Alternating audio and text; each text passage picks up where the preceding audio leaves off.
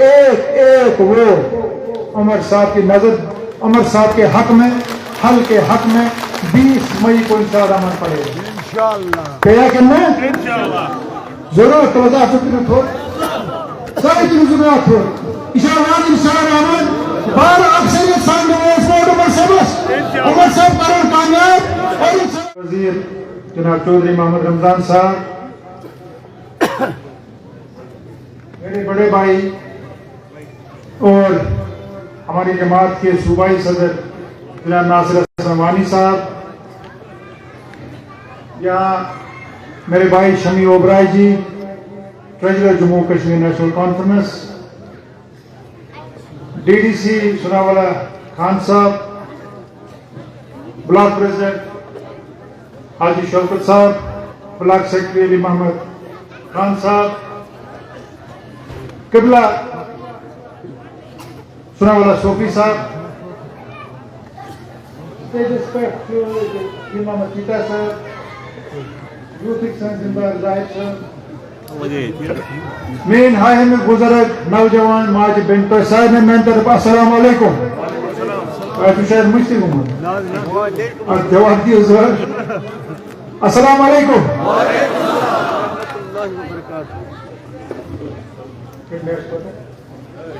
वही ना बोल तो वो आ गए छठे सचाते सभी आज से इसी को ब्रोट कहीं आमिर एक खास मकसद पर ये सन खुशकिस्मती बवाद होती ये हमारी खुशकिस्मती है कि आज हमारे लीडर जनाब उमर साहब हमारे उम्मीदवार भी हैं। इससे पहले अक्सर जब वो यहाँ तशरीफ लाते थे तो अपनी जमात के लिए मेरे लिए वोट मांगते थे, मगर आज हमारी खुशकिस्मती है, आज हमने उमर साहब को वोट डालने हैं।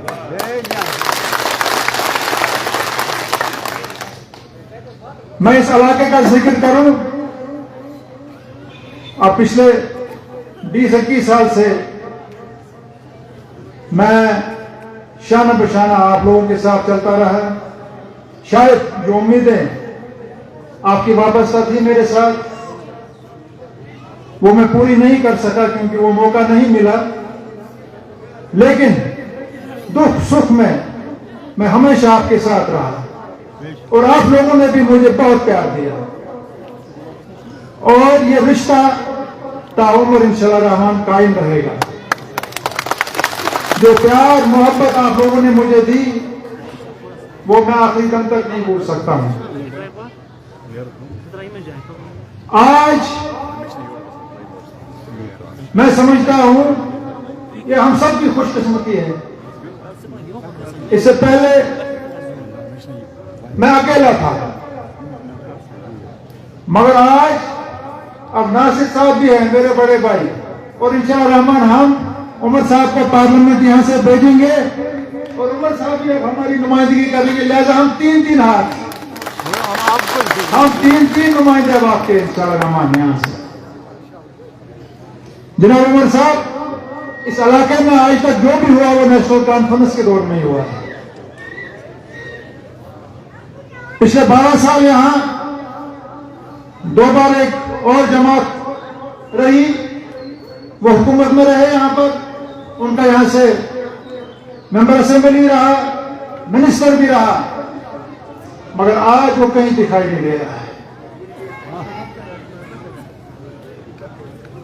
जब लोगों को उसकी जरूरत थी, क्योंकि आज यहां असेंबली मेंबर नहीं बनना था, इलेक्शन नहीं हो रहे थे। जब 2019 से यहां हालात बदल गए, जब उसे पूछा गया तो उसने कहा कि मैं अभी फिलहाल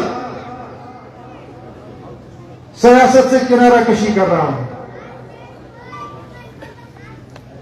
क्योंकि अभी माहौल साजगार नहीं है।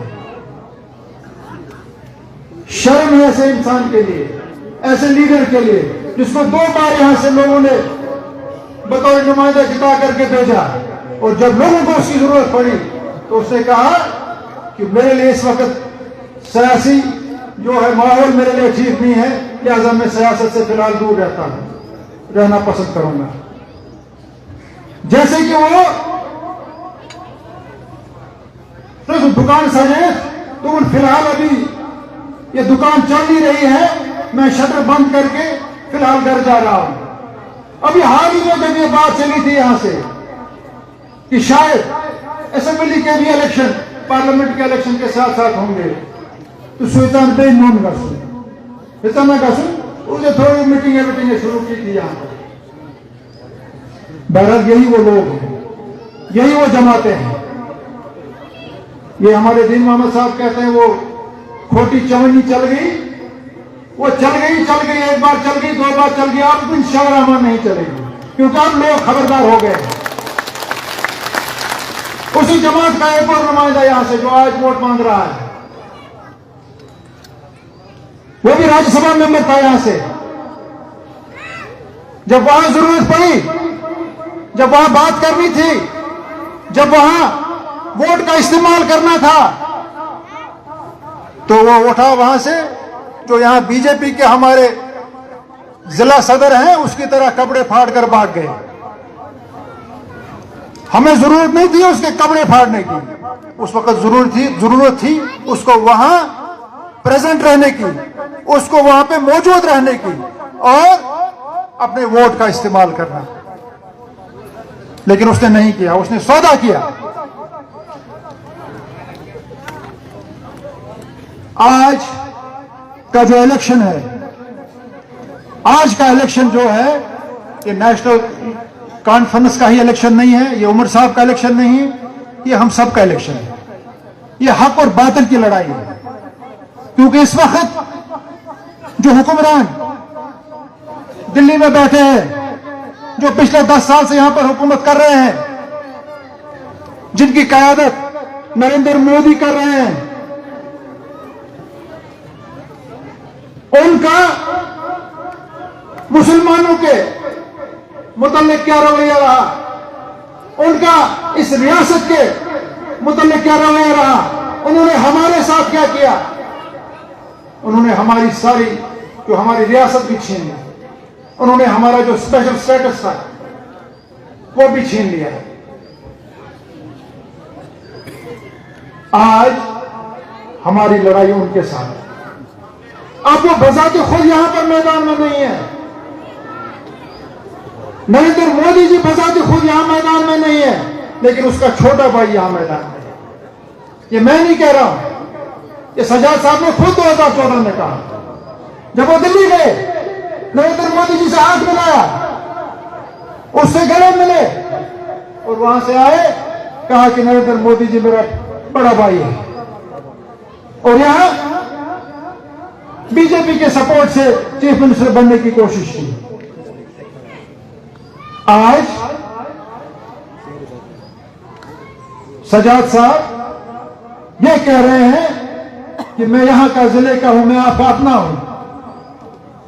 मुझे पता नहीं वो यहां आए हैं अभी कि आने वाले हैं, अभी नहीं आए हैं, आएंगे।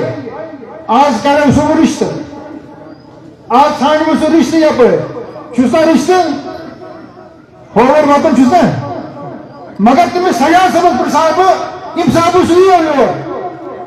वो रिश्तेदारी काटे, रिश्तेदारी छाए।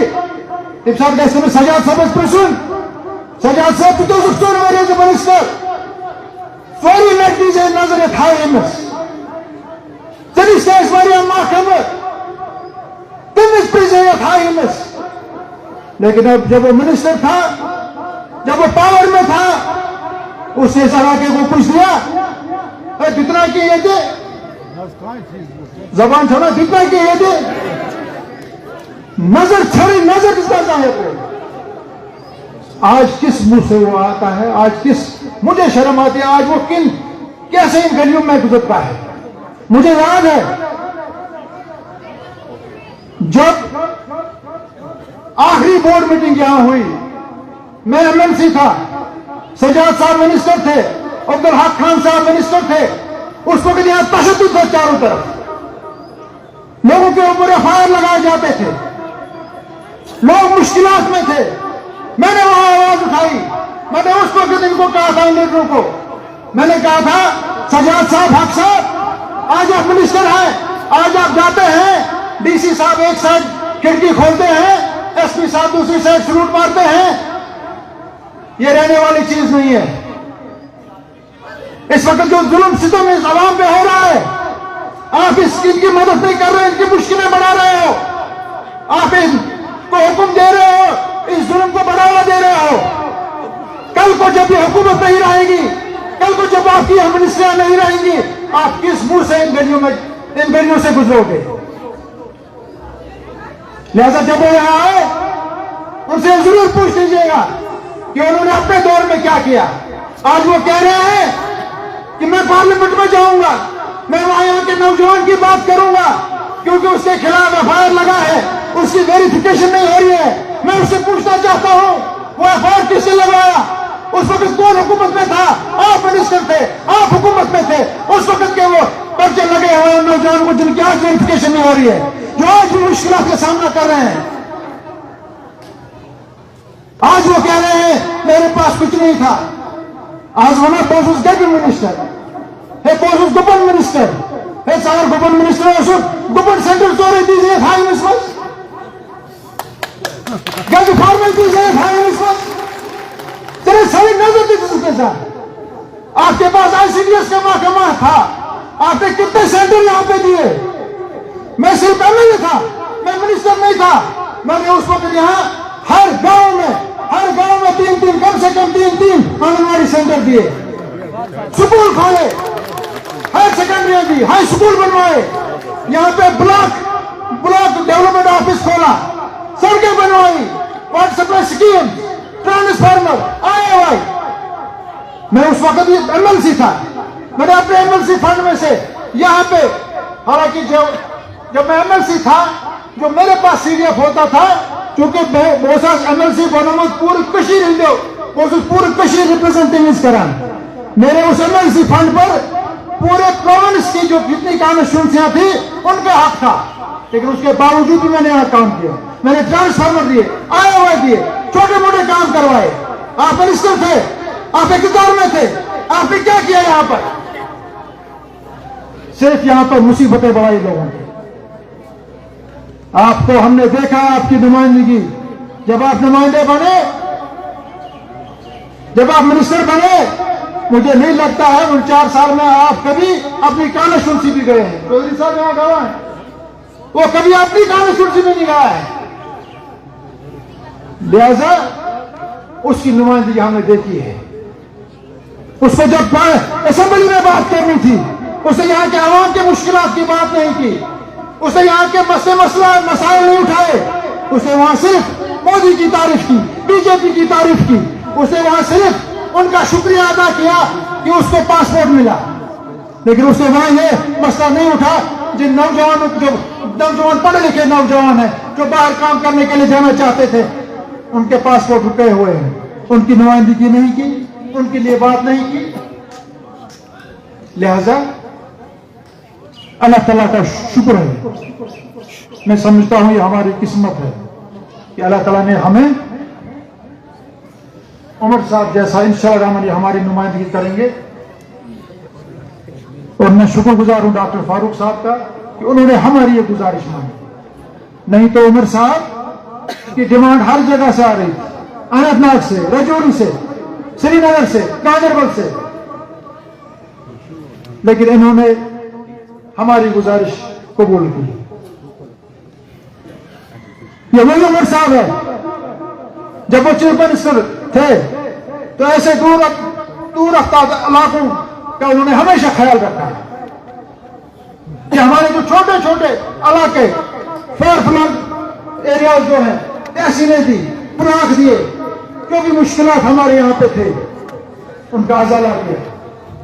लिहाजा सबसे बेहतरीन नुमाइंदगी अगर कोई कर सकता है हमारी पार्लियामेंट में, वो सिर्फ और सिर्फ हमारे कायद जनाब उमर अब्दुल्ला साहब। लिहाजा मेरी गुजारिश है आप लोगों से, आपने हमेशा मोहब्बत दी है इस जमात को, आपने हमेशा साबित किया है, हमेशा यहां से हमने लीड दी है। मगर आज हम सब पर यह फर्ज है, और आज मैं आप लोगों के सामने गुजारिश करता हूं, हाथ जोड़कर गुजारिश करता हूं, दामन फैलाकर गुजारिश करता हूं, क्योंकि आपने मुझे हमेशा अपनी औलाद की तरह, जो यहाँ माएँ हैं, उन्होंने हमेशा मुझे अपनी औलाद जैसा प्यार दिया। इन बहनों ने अपने भाई जैसा प्यार दिया। आप लोगों ने मुझे औलाद समझकर यहाँ पे बड़ी मोहब्बत दी।